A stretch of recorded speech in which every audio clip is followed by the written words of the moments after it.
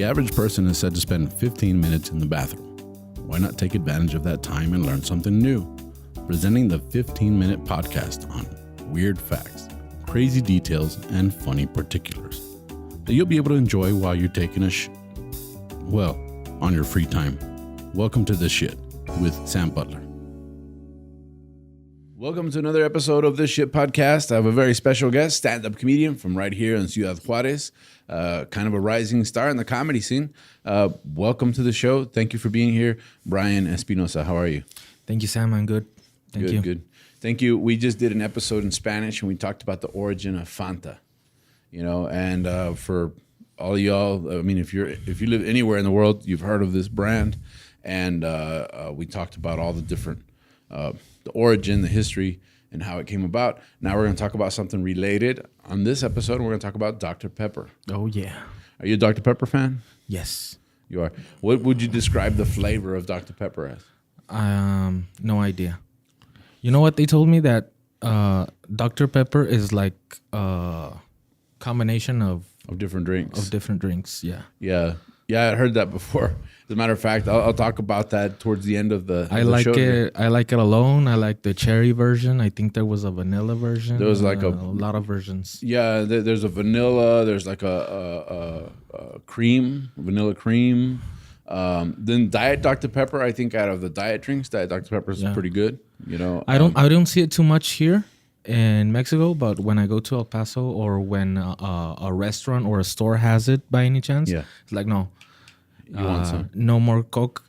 Give me the Dr. Pepper. But not every establishment has it. Do you like the Diet Dr. Pepper or just the regular Dr. Pepper? Normal. I don't believe in diet drinks? Beverages. Yeah. It's like, well, I'm not going to drink a pizza and then one Diet Coke, please. It just allows you to eat more pizza. It does. Yeah. No, I'm going to do that. No, I don't particularly like diet drinks. I prefer drinking, believe it or not, I prefer drinking like mineral water because it's like water and it's got a little bit of bubbles in it. So that's perfect. You know, it's not just water and it doesn't have anything in there that you got to worry about. Yeah. Although I'm drinking a flavored diet drink right now. But a lot of times whenever I'm going through like a low carb anything or I'm trying to watch my sugar intake or something like that, then at that point in time, I'll go with something that's got a little flavor. Once in a while, it's okay.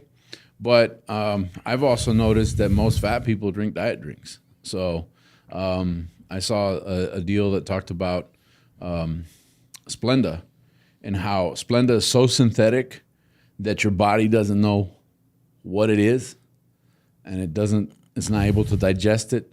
So just to be safe, it stores it as fat. Oh, you know, so it's not good. It's not good. No, I changed my normal sugar to stevia. Type of sugar. I think stevia is more normal. Yeah, and that's a fact that isn't even included in this episode of the podcast. But if you've been overweight your whole life and you've been struggling, diet sugars aren't necessarily good. But I think out of all of the diet sugars, I think Splenda's the worst. Okay. I think that it's so synthetic that your body goes, I don't know what the heck this is. You know. Which makes a lot of sense of why a lot of overweight people use. And many of them still believe it. Like, I'm doing a great job. I'm doing a good job because it's not sugar. Yeah. Oh, it's terrible, man. It's terrible. And you know, of course, everything that we eat now has a bunch of preservatives. So if it's designed to not fall apart, well, it doesn't fall apart inside your stomach either. You know, so that's something that I think I stopped eating McDonald's for like years because it's like you're eating plastic, you know. So, but we're gonna talk about Dr. Pepper, and how it came about. First of all, I'm a Texan, so Dr. Pepper is a Texas staple.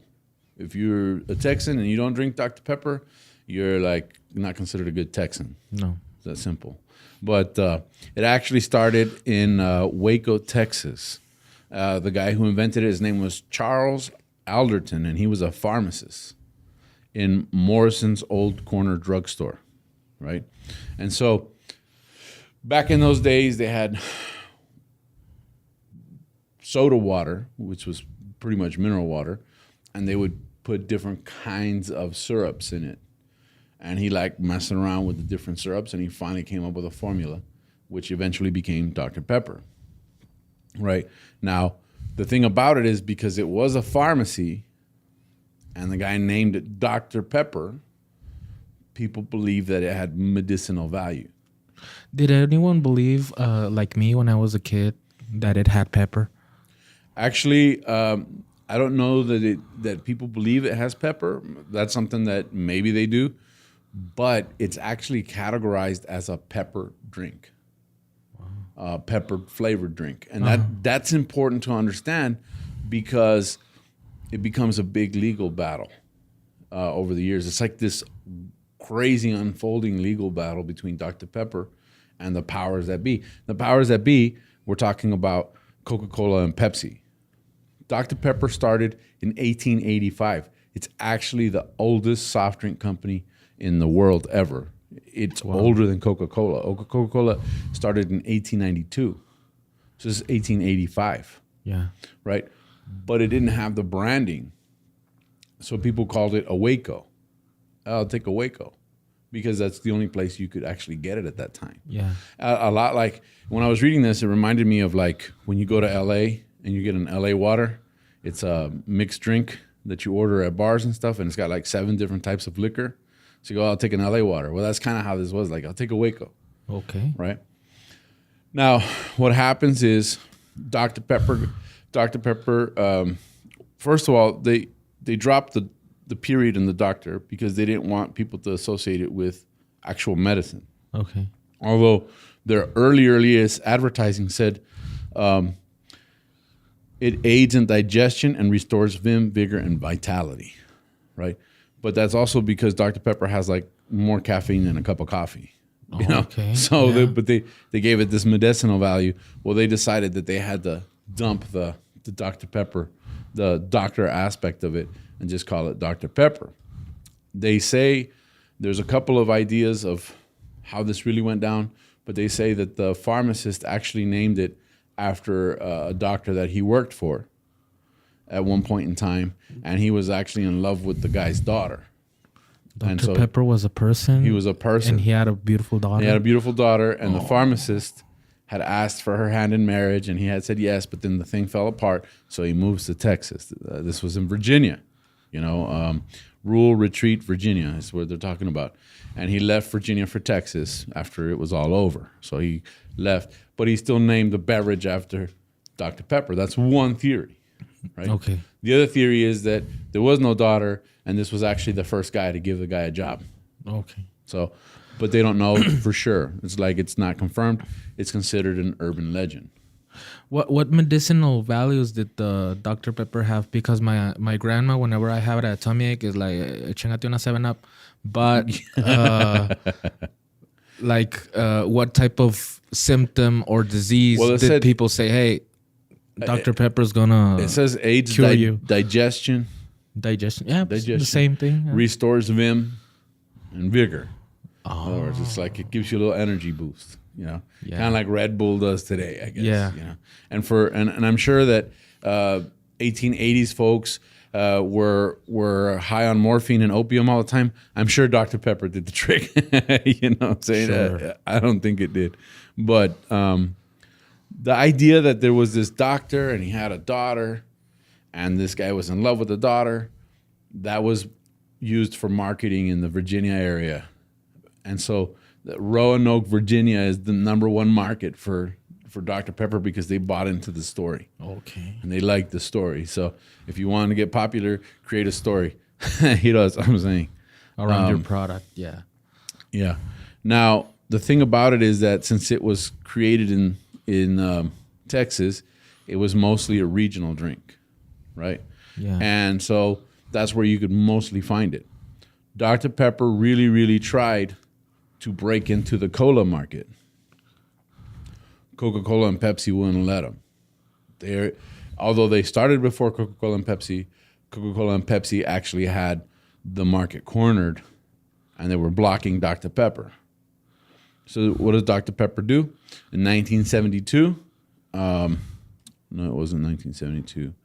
1963, it It was like, come on, RC Cola, let's go against Pepsi and Coke. An alliance. Let's start this way. In 1951, Dr. Pepper sues the Coca-Cola Company. Okay. For $750,000 because Coca-Cola disliked Dr. Pepper so much that they were actually selling sodas for 5 cents, which was way below market price, just to take the market away from Dr. Pepper. Okay. So Dr. Pepper sues and wins because this is not fair trade. And Coca-Cola and Pepsi don't want to let them in as a cola. So what does Dr. Pepper do? They go back to court and they say, we're going to go ahead and not call ourselves a cola. We're a pepper drink. And that's where the question comes in.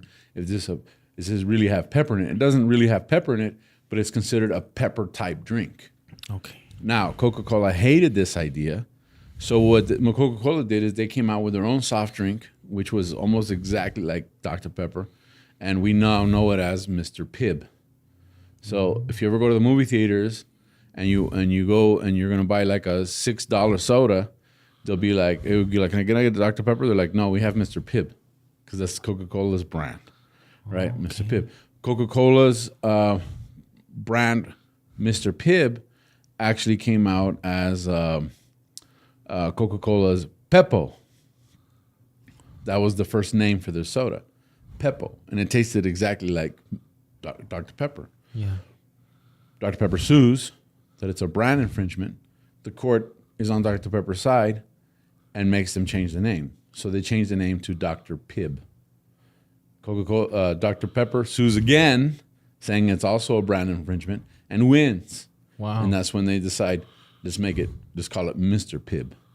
And when Coca-Cola executives were asked if they purposefully made Mr. Pibb to taste like Dr. Pepper, they said, I don't know, we've never tasted Dr. Pepper. that was their defense, you know. It's like, I don't know, I've never really tasted Dr. Pepper. What's that? What is it? Yeah. So that was their official answer. Now, here's an interesting fact. There was a gentleman by the name of Woodrow Wilson, not the president, but it was Woodrow Wilson. His nickname was Foots Clements.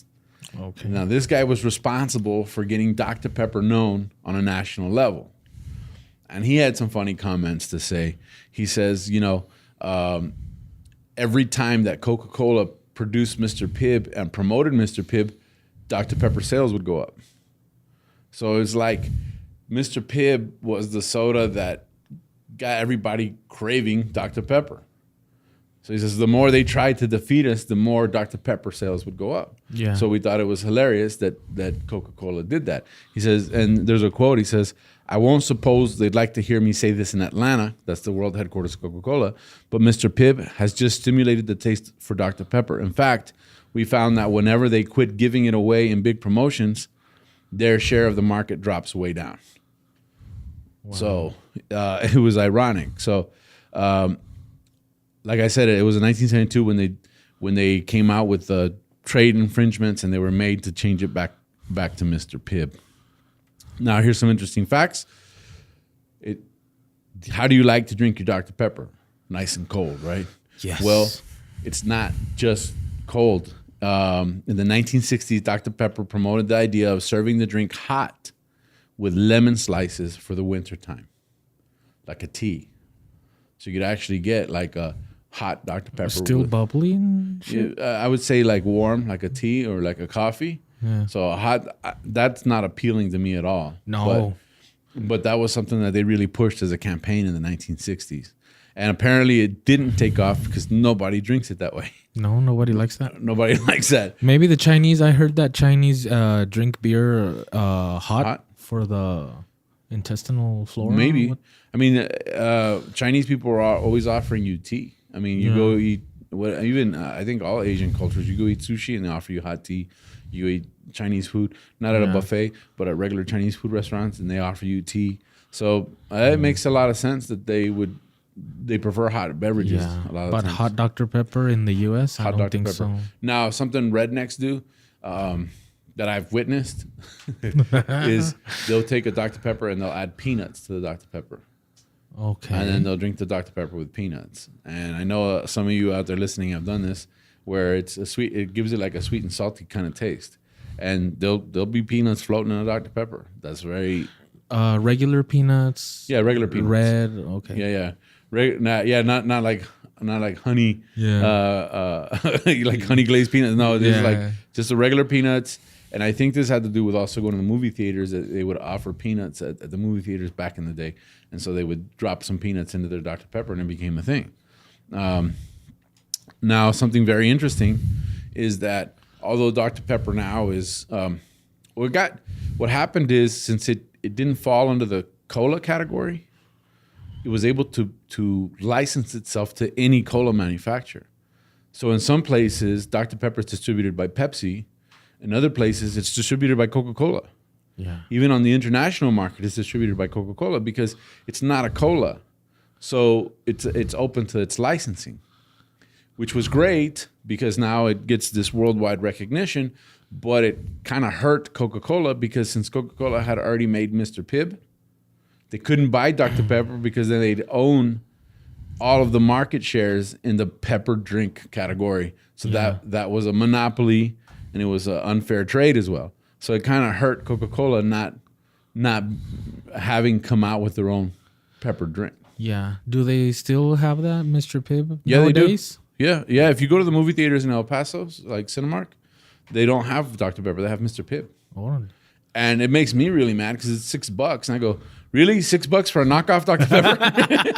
like everything is $6, but this should be $3, you know? I'm so cheap that even if it is Dr. Pepper, it's too much for a drink. Too much money. Yeah. A couple of interesting facts, too. Dr. Pepper has a museum. Museum? A Dr. Pepper Museum. It's located in Waco, Texas. And there's a lot of old advertising campaigns, old bottles, so on and so forth. And if you ever want to go check that out, it's in Waco, Texas. Now, there's a special Dr. Pepper that was made, and it sucks because since it was like an independent brand, and they had license to a bottling plant in Dublin, Texas, known as the Dublin Bottling Works. But in 2012, Snapple Dr. Pepper, because Snapple now owns Dr. Pepper, bought out the Dublin plant and discontinued it. But it was the same recipe for 121 years, used 100% cane sugar, right? Now they'll make a cane sugar version of Dr. Pepper for that region because it'd been around for so long. Yeah. But most Dr. Pepper is flavored with high fructose corn syrup. So they do have limited runs of the actual all sugar Dr. Pepper. Now this was like the royal flush, the main subject that I found. Getting back to the original story, when I was a kid, I told my dad, I know how Dr. Pepper's made.